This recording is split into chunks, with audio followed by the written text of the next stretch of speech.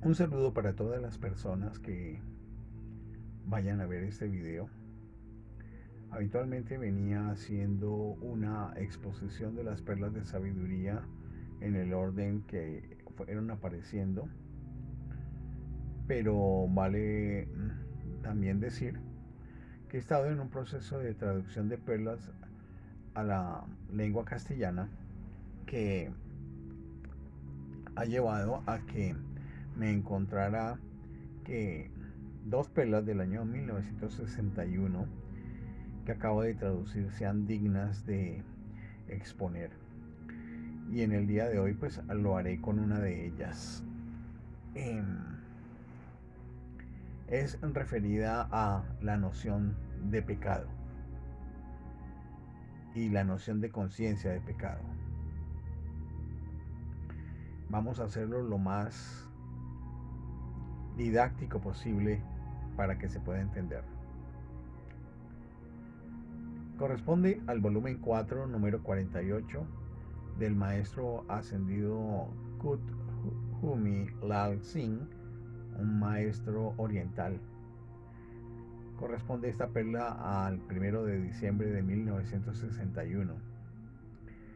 Se refiere al pecado y tiene que ver con una secuencia que se llama lección de la clase corona, que es el número 21.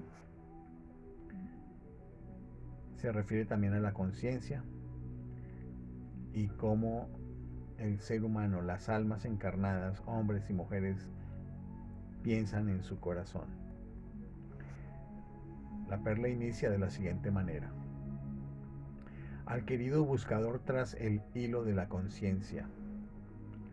La conciencia de cada hombre, mujer y niño está íntimamente ligada a la memoria, y es el proceso de la memoria el que archiva una secuencia ordenada de eventos en el almacén del ser, uniendo el pasado y el presente, e incluso el futuro, en un todo racionalmente autorrealizado.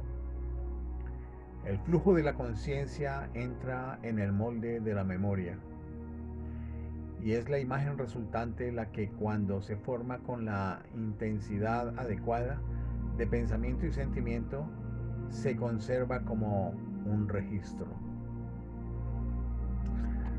Ahora mostraremos la relación entre la conciencia y la conciencia moral.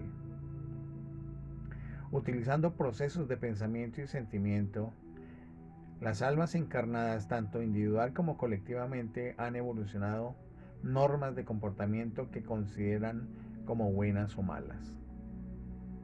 Aunque la fórmula puede cambiar a lo largo de los años, estas almas encarnadas, hombres y mujeres, sostienen de manera persistente muchos de los conceptos básicos sobre lo que es y lo que no es aceptable.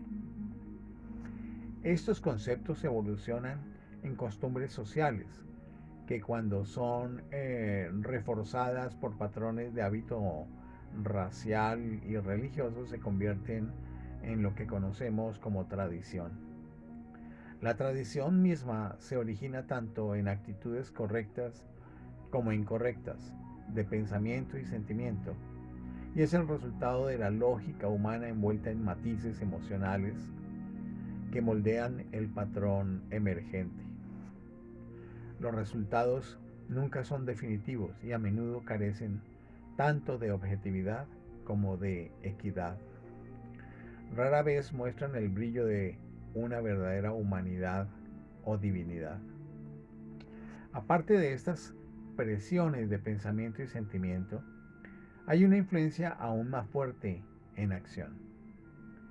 Esta es la voz eterna del propio yo divino, lo que hemos conocido como la presencia yo soy el que yo soy, de cada uno.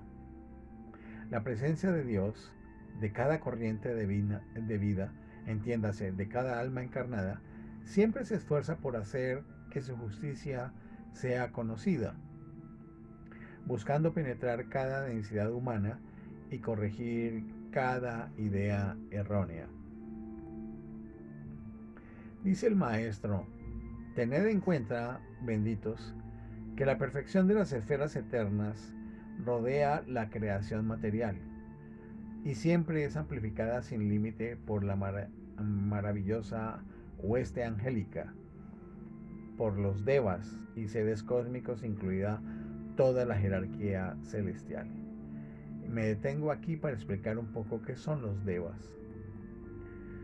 Vale decirlo que en la literatura espiritual de la dispensación hecha por los maestros ascendidos de la Gran Hermandad Blanca a través de Summit Lighthouse, los devas son seres celestiales que se consideran guardianes y administradores de la naturaleza. Son descritos como entidades espirituales que trabajan en los planos sutiles y se encargan de la dirección, protección de los elementos y las fuerzas naturales. Estos seres colaboran con los ángeles y otros guardianes espirituales en el cuidado del equilibrio y armonía en el mundo natural. Valles, bosques, lagos, ríos, quebradas, nevados, riachuelos, flores, hierbas, rocas. Algunos de los roles atribuidos a los devas incluyen ser custodios de la naturaleza. Los devas están involucrados en la creación y mantenimiento de plantas, minerales, cuerpos de agua y otros aspectos del mundo físico. Colaboradores en la evolución espiritual, pues ayudan a las almas humanas a conectarse con el reino natural y a comprender su papel en el ecosistema espiritual de la Tierra. También, como aliados en la purificación del planeta, trabajan en conjunto con los seres de la luz para purificar y elevar las vibraciones de la Tierra, contribuyendo a la ascensión planetaria. En este marco, los devas son vistos como parte de la jerarquía espiritual que incluye maestros ascendidos, ángeles y otros seres cósmicos, todos ellos colaborando en el plan divino para la evolución espiritual de la humanidad y del planeta. Hecha esta precisión, entonces continuamos con la disertación del maestro Kuthumi Lal Singh. Esta benigna influencia que afecta a todos los planos del ser es maravillosa de contemplar en niveles internos, ya que las personas están conscientes de ello, o también las que no están conscientes de ello. Por supuesto, si lo están, pues esto facilita la cooperación con las huestes de la luz. Por lo tanto, las explicaciones que damos los maestros ascendidos, dice él, están disponibles para todos aquellos que lo requieran. Vale decir entonces que esa instrucción es para aprovechar al máximo las oportunidades y bendiciones visibles e invisibles de la vida. Y recordemos que siempre que hablamos de la vida estamos hablando de aquello que denominamos Dios. Dice el maestro, estoy seguro de que ustedes saben que en varias épocas, incluida la actual, muchos de estos maravillosos seres han aparecido ante unos pocos y a veces ante muchos con el fin de alentarlos y crear en ellos una fe más firme. Ya sabemos que la fe es la esperanza y la confianza de que algo es, ocurre, sucede o que viene en el futuro. Amados, la conciencia divina, dice el maestro, es el perceptor de cada corriente de vida, de cada alma, y está activada en un compartimiento especial de la conciencia vinculado a la memoria de experiencias en niveles internos. Su función es registrar dentro del alma y dentro del yo exterior las riendas de guía desde los niveles divinos. Estas limitaciones emanan de la santa llama crística, que ya hemos mencionado varias veces en este canal en distintas conferencias o disertaciones, y que es una llama de 3 pétalos muy pequeñita en la mayor parte de nosotros los seres humanos, de máximo 3 milímetros en la inmensa mayoría, que está en el plano etérico al interior del músculo cardíaco. Y esa es la impronta de la herencia divina que tenemos y que es la que permite que nosotros sigamos en este plano existiendo. Incluso dentro de esas tres llamas que constituyen la llama trina, el penacho, porque son tres como penachos de fuego, el penacho dorado amarillo de la iluminación destilada por el llamado hombre oculto en el corazón, que al final de cuentas es el Cristo para nosotros, ayudando a todos los que intuyen su suave pero firme dirección para cumplir mejor su plan divino. Por eso es que el ser crístico, el santo yo crístico, es nuestro compañero permanente y guía divina en el nombre de la presencia yo soy, y corresponde a la naturaleza del Hijo dentro de la Trinidad. La verdadera conciencia divina es sensible a las insinuaciones del yo crístico, pero a veces, con bastante frecuencia en muchas corrientes de vida, la conciencia humana responde a las presiones de la mente colectiva, las normas aceptadas por la humanidad, aquellas consideradas socialmente correctas o religiosamente justas, tienen una marcada influencia sobre muchos, lo que explica los diferentes niveles de tolerancia en diversos pueblos y culturas. Recordemos, el santo yo crístico es como la voz de la conciencia y es el vínculo que une al alma con la presencia de Dios, yo soy el que yo soy. Esa conciencia de Dios individualizada para cada hijo e hija de Dios, donde esa mente divina, ese yo crístico, que es la mente de Dios, que es la guía espiritual, que es la voz de la conciencia, conecta con el alma para darle las indicaciones de seguir ciertos parámetros que están en íntima vinculación con el plan divino que hemos pactado antes de venir a este plano. Así, en relación con la mente colectiva, amplificada y estandarizada a través de los medios humanos, esta mente colectiva ha construido un conjunto de valores propios, que no son los del Cristo. Aunque a menudo es mecanicistas, estos valores envían poderosas influencias a través del poder radiador del aura humana, que es un campo electromagnético que envuelve a los cuatro cuerpos inferiores: cuerpo físico, cuerpo mental, cuerpo emocional y cuerpo de los recuerdos o cuerpo etérico. Y ese poder radiador del aura humana incide sobre la guía dirigida por Dios, siempre presente en la verdadera conciencia de cada uno, ya sea evidente o por debajo del umbral de la conciencia, y muchas veces entorpece esa guía. ¿Eso qué significa? Que la conciencia colectiva, la conciencia de masas, muchas veces acallan la voz del Cristo. Cuando el discípulo, el estudiante, el buscador de Dios no está suficientemente aplacado en su conciencia para poder escuchar la voz del Cristo y solamente escucha el murmullo de la voz de la conciencia colectiva humana. Debido a esta mezcla de la conciencia humana adquirida y la conciencia divina otorgada, que se encuentra en la mayoría de las almas encarnadas actualmente, es importante que cada discípulo, estudiante, frente a las presiones de todas partes, comprenda la acción de la conciencia, la memoria y la conciencia de su propio ser. Si entiende correctamente esta enseñanza y aplica su conocimiento, ayudará mucho a eliminar un ciclo sin sentido de críticas personales, condena, pecado y juicio de sí mismo. Y continúa el maestro diciendo: queridos estudiantes, comprendan que su yo divino les ha dado el poder del libre albedrío para que amorosa y gozosamente elijan meditar sobre su propio plan de vida, para pensar en él, invocarlo, seguirlo, manifestarlo.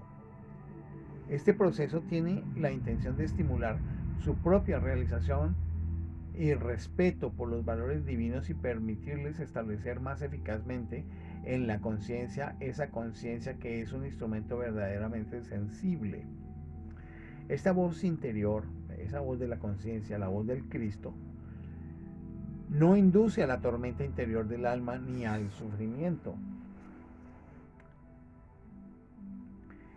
sino que ofrece una guía y consuelo que les permite descifrar la verdadera voluntad del Padre y el Hijo, siempre con ustedes en su propia presencia yo soy y en el santo ser crístico. De una conciencia sintonizada con la divinidad surge la idea correcta, que transmuta la idea incorrecta, suplantando pensamientos y emociones erróneos con el estandarte eterno de la verdad, la luz y lo correcto. Este triple refuerzo de su ser crístico libera al alma de todos los errores pasados basados en la ignorancia, el dogma, la controversia doctrinal, el eclesiasticismo, que es seguir las indicaciones que dicen los prelados de las distintas iglesias, la ética situacional, la lamentable incomprensión de la vida y la misión del amado Jesús y todas las llamadas vibraciones malignas, que esa incomprensión de la vida y misión de Jesús ha llevado a tener una serie de creencias y conceptos que han conducido incluso a vibraciones malignas. Entonces se acelera dentro del corazón la santa imagen de Dios revelada en la conciencia purificada y verdadera de cada uno, como ese resplandor reflejado, el don divino para todos los que escuchan la voz de la inteligencia amorosa de Dios en su interior. El principal entre los conceptos erróneos de la humanidad es la memoria siempre presente de haber hecho algo malo, lo que les lleva a equiparar ese mal con el pecado y luego sufrir condenación personal como resultado. El amado Jesús, deben saberlo, sabía que en la tierra solo unos pocos hacen el mal de manera intencional. Enseñó que si los hombres realmente comprendieran la ley y las consecuencias de largo alcance de sus malas acciones, no persistirían en sus graves violaciones de la conciencia. Su oración del Señor Jesús, Padre, perdónalos porque no saben lo que hacen, encarna su misericordia y comprensión hacia las multitudes desorientadas. En los siglos desde su bendita ascensión, a través de su servicio cósmico a la tierra, el Maestro Jesús ha desarrollado muchos enfoques espiritualmente sólidos para abordar los innumerables problemas humanos, con el objetivo de otorgar mayor libertad a los hijos del sol de la justicia. Los descendientes del Altísimo, los maestros del mundo, desean comunicar estas soluciones a todos aquellos que lean y transmitan las buenas nuevas, tanto escuchando como haciendo. Su palabra, una de las nuestras grandes soluciones que se dan en su palabra, es corregir una por una cada idea errónea sobre el pecado sostenida en la mente carnal, que está influenciada por la conciencia colectiva de las masas. Dense cuenta o perciban, como el hombre piensa en su corazón, así es él.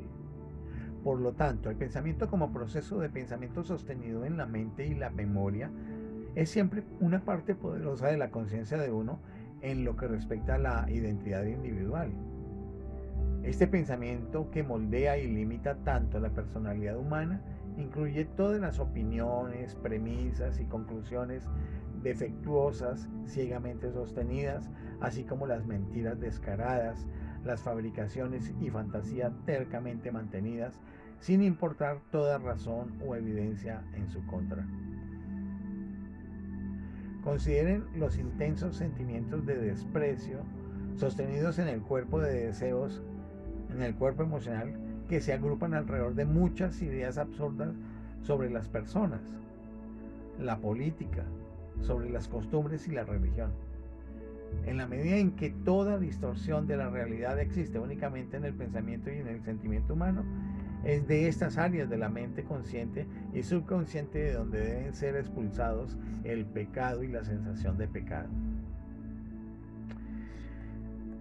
Continúa el maestro diciendo: amados, en el pensamiento correcto acerca de Dios no siempre está entronizada en la conciencia de los seres humanos, de hombres y mujeres encarnados. Por ejemplo, Dios es eterno, la vida es eterna. Por lo tanto, Dios es la vida y la vida es Dios. De la misma manera se puede ver que Dios es mente y la mente es Dios. Y como tal, Él no solo es consciente, sino que también es la conciencia misma. Esta mente, la mente divina, que es la conciencia universal, encarna la ley y la verdad del ser para cada manifestación de sí mismo, hecha a su imagen y semejanza. Y en este momento estamos hablando del Cristo, del Hijo, que es la mente universal, que como en el Evangelio de Juan aparece: en el principio era el verbo. El verbo es el mismo logos o conciencia. En el principio era el verbo y el verbo estaba con Dios y el verbo era Dios y por él fueron hechas todas las cosas. Como el centro de toda autoconciencia, continuó el maestro, incluida la de sus descendientes, esta mente entonces es también conciencia divina, la inteligencia discriminatoria del bien y el mal, de lo correcto y lo incorrecto. Él mismo ejerciendo y permitiendo al ser humano, al alma encarnada, a ejercer dentro del libre albedrío. Ahora bien, estos pensamientos son los pensamientos correctos acerca de Dios. Yendo un paso más allá, vemos que el pensamiento correcto de Dios en el ser humano encarnado, las almas encarnadas de hombres y mujeres, es decir, los pensamientos que Dios piensa en y a través de los seres humanos encarnados, de las almas encarnadas, es entonces la única conciencia verdadera o necesaria de las almas encarnadas como seres humanos, como hombres y mujeres. Y esta conciencia divina es Dios. Con este entendimiento, que seguramente adquirirás a través de la unidad con la mente universal, es decir, con el Cristo, esa unión de tu alma con el Cristo, el primer y único mandamiento que el discípulo necesitaría es: no tendrás otra conciencia delante de mí, sino la propia mía, que es el Cristo cósmico, el Cristo personal. Dios es todopoderoso, es omnipresente y es completamente puro. El pecado nunca puede ser parte de este Dios que es tu vida, tu espíritu y tu ser. Solo puede ser parte de ti si lo hace realidad al ceder al sentido de pecado, revolviendo estados de error que hace mucho tiempo fueron abandonados y perdonados, o al participar en actos prohibidos por la gran ley. El pecado solo tiene tanta realidad como tu propia mente o la mente colectiva le otorguen. Una conciencia falsa es una caja de cerilla llena de ilusiones teológicas, psicológicas e ilógicas. Muchas de las enseñanzas judeocristianas de las distintas iglesias, que son erróneas, se centran en la idea del pecado, el castigo y la propiciación mediante sacrificios humanos o animales.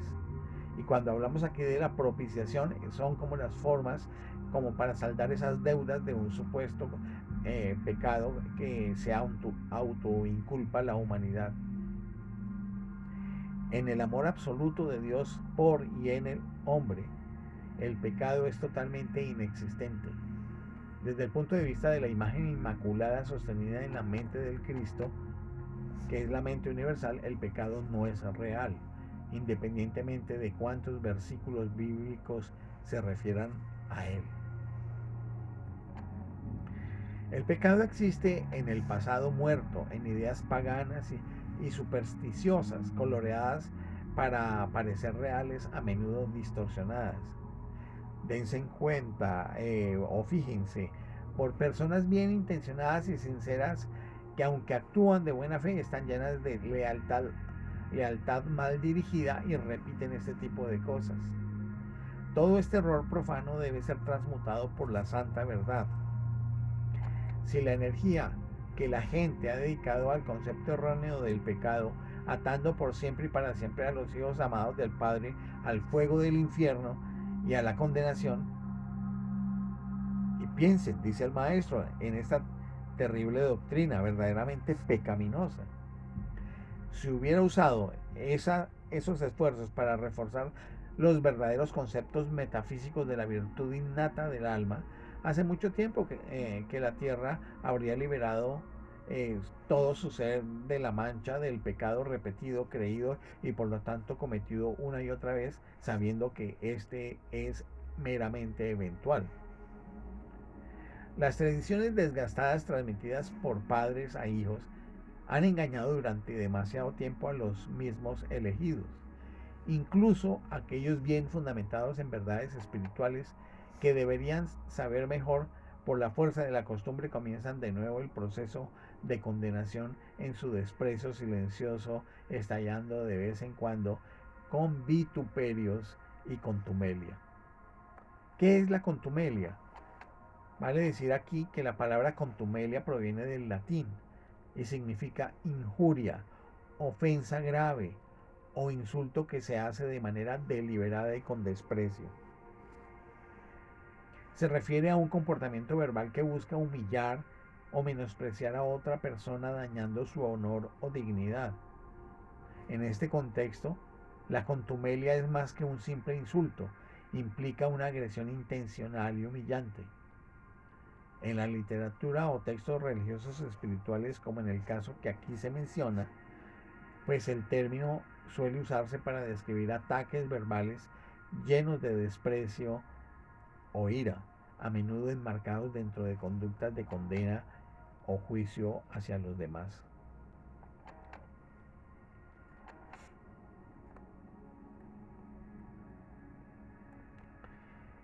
Continúa el maestro diciendo, con frecuencia personas como estas se deprimen por su propia autocondenación, que periódicamente descargan sobre otros. ¿Qué significa esto? Que cuando condenamos a otro, estamos haciendo autocondenación también. Y comienzan a creer que sus vidas no alcanzan para poder cumplir sus metas. Un momento de reflexión sobre la idea de que Dios está a su alrededor y que en realidad no pueden vivir la vida únicamente para sí mismos, excepto en una existencia ilusoria, vaporosa, tipo miasma humano, pronto evaporará su autoengaño, sembrando en la amargura de la crítica constante sin dejar rastro. Si esto es así, pues que así sea.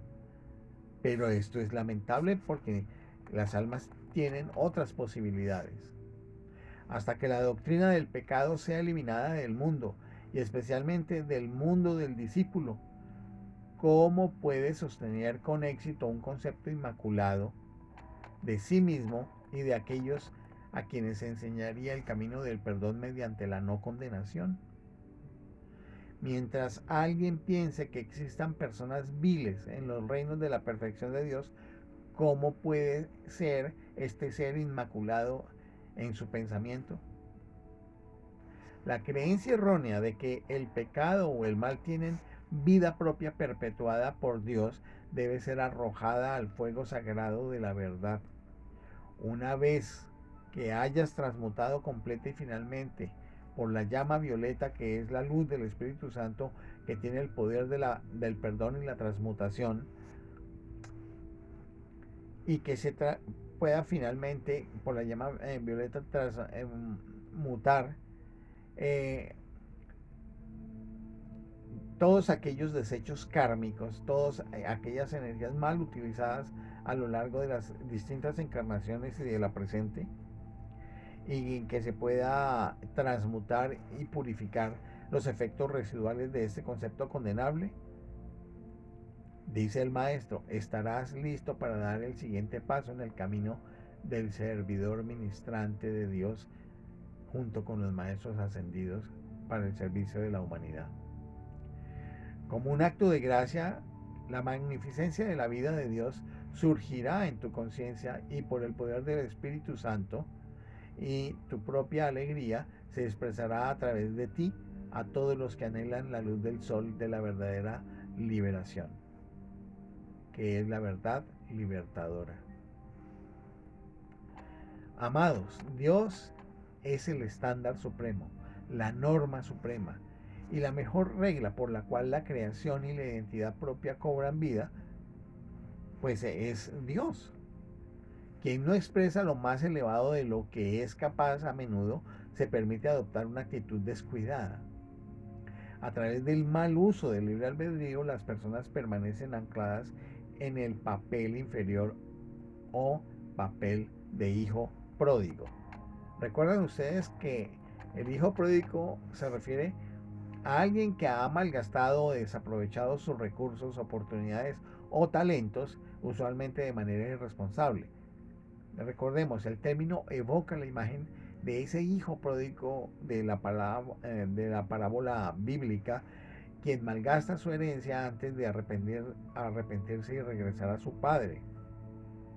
En este caso, el uso de la palabra pródigo describe a una persona que, debido al mal uso de su libre albedrío, se encuentra en un estado inferior o alejado de su potencial espiritual, su potencial divino.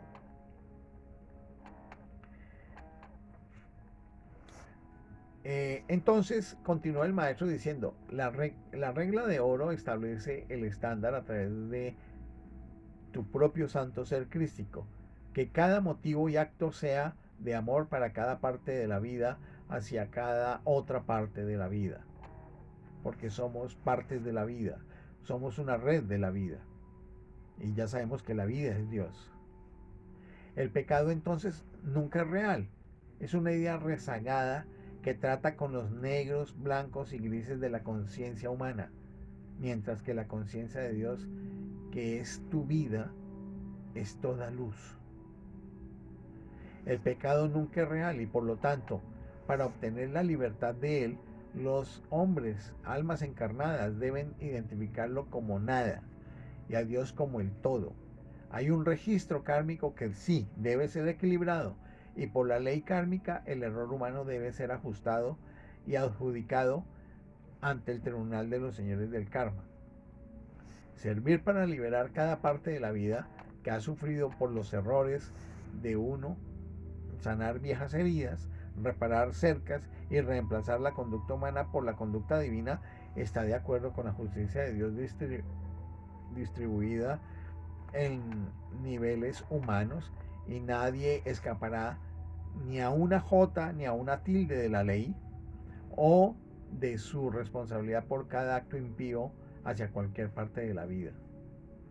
Las llamas de la misericordia dan libertad a todos a través de la diligente aplicación del fuego violeta, que es esa expresión del Espíritu Santo en su manifestación del perdón y la transmutación, y a través de corazones ardientes con amor eterno que no imputan pecado a aquellos que realmente aman a Dios y cuidan de su rebaño, como lo hizo Abraham en los tiempos antiguos. Construye entonces en la conciencia el concepto celestial de Cristo, de todo bien, y asegura tu victoria, dice el maestro. Tal pensamiento no bajará los estándares ni llevará por caminos de ilusión, porque mediante el contacto simple y directo con tu propia presencia de Dios, desatarás el poder ilimitado para alcanzar la meta de la impecabilidad, sin mancha, sin arruga, que empañe la vestidura del alma. El ángulo divergente entre lo humano y Dios se cierra mejor al darse cuenta de que con Dios todas las cosas son en verdad posibles. La verdadera autopreservación es mantener activo el principio divino que anima el templo del ser con la llama eterna del corazón de Dios. La perfección de Dios se convertirá en una Eucaristía sagrada en el altar del corazón, donde el fuego sagrado imbuye a cada uno con la tierna verdad de un Padre amoroso que habita en el corazón amoroso de su Hijo obediente. Esta es la idea revolucionaria que convierte a los mortales en inmortales, de hombres dioses, y los lanza a todos en el amor en el nombre de la misericordia. Y en ese nombre de la misericordia a la vida del plan eterno y la sabiduría del bien eterno. Y termina el maestro diciendo: yo soy amándote libre de todo pecado. En el santo nombre de la sabiduría, Kuthumi Lal Singh.